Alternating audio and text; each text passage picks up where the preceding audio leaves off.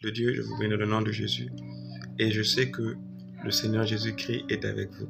Donc c'est une joie d'être avec vous, c'est une joie de parler de Jésus encore et encore, parce qu'il y a beaucoup de choses qui se passent dans le monde et le Seigneur Jésus, ce qu'il veut, n'est-ce pas, c'est que ton âme soit sauvée, que tu apprennes et que tu comprennes que Jésus-Christ t'aime.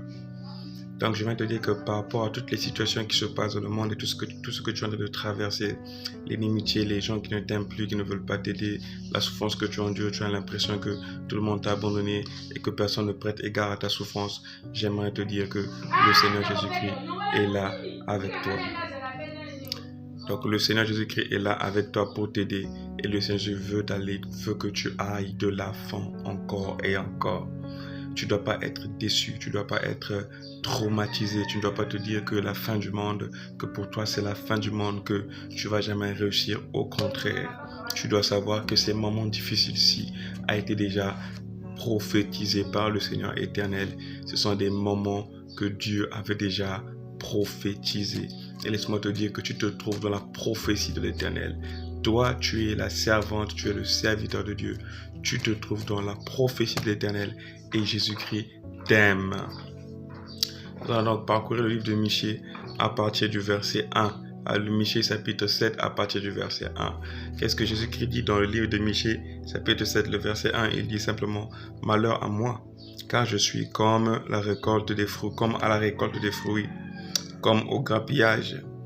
Après le vendage, il n'y a point de grappe à manger, point de ces primeurs que mon âme désire. » Ok. Il dit malheur à lui. Suivant, il dit dans le deuxième verset, l'homme de bien a disparu du pays. Il n'y a plus de juste parmi les hommes. Ils sont tous en embuscade pour verser le sang. Chacun tend un piège à son frère. Ce livre a été écrit il y a des millénaires d'années avant notre ère, des millénaires d'années avant, des centaines d'années avant Jésus-Christ. Et aujourd'hui, on est en train de dire clairement à cette époque, la prophétie dit que l'homme de bien a disparu. L'homme de bien, Michée 7, verset 2 dit, l'homme de bien a disparu du pays, il n'y a plus de juste parmi les hommes, ils sont tous embuscadés pour verser du sang, chacun tend un piège à son frère. Ok? Chacun tend un piège à son frère. Mon cher frère, ma chère sœur, tu dois comprendre que tu es dans cette ère, tu es dans cette position. Ok? Où tu te trouves en ce moment présent, personne ne veut t'aider. Personne ne cherche à penser à toi. Personne ne voit ce que tu es en train de traverser.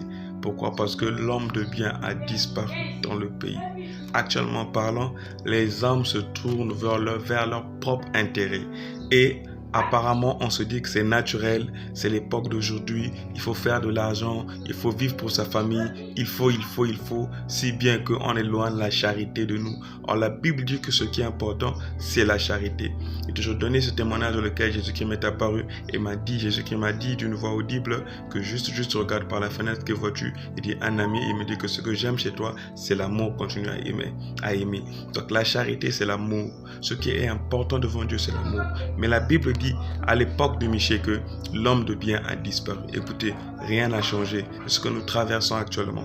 L'homme de bien a disparu sur terre. L'homme qui a compassion de l'autre a disparu sur terre.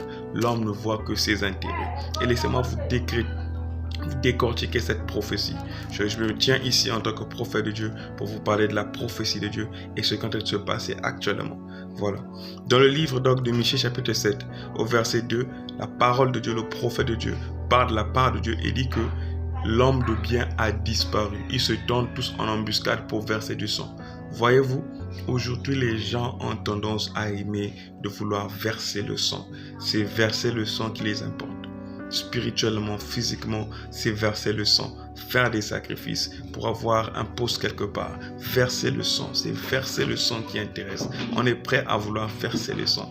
Récemment, il y a un ami qui a eu une contradiction à mon lieu de travail avec ses collègues et donc le collègue l'a promis, tu vois, le collègue l'a promis quelque chose de pas bon. Pourquoi? Parce que les gens sont tournés à verser du sang. L'homme de bien a disparu. J'aimerais te faire comprendre que ton entourage est mauvais. Là où tu vis est mauvais. Tout ce qui se passe autour de toi est mauvais. L'homme de bien a disparu. Tu es en train de souffrir parce que l'homme de bien a disparu. Tu es en train de souffrir parce qu'autour de toi, il n'y a personne qui ne peut t'aider. L'homme de bien a disparu. Mon cher frère, en ce moment-ci où tu sais que l'homme de bien a disparu, je t'invite à ne pas te morfondre, à ne pas te stupéfaire par rapport à tout ce qui se passe. Tu dois comprendre et réaliser que même la Bible avait dit que l'homme de bien a disparu. Et c'est ce que tu es en train de vivre. Si tu trouves qu'il n'y a personne autour de toi, tourne-toi vers Dieu. Parce que sur cette terre-ci, l'homme de bien a disparu.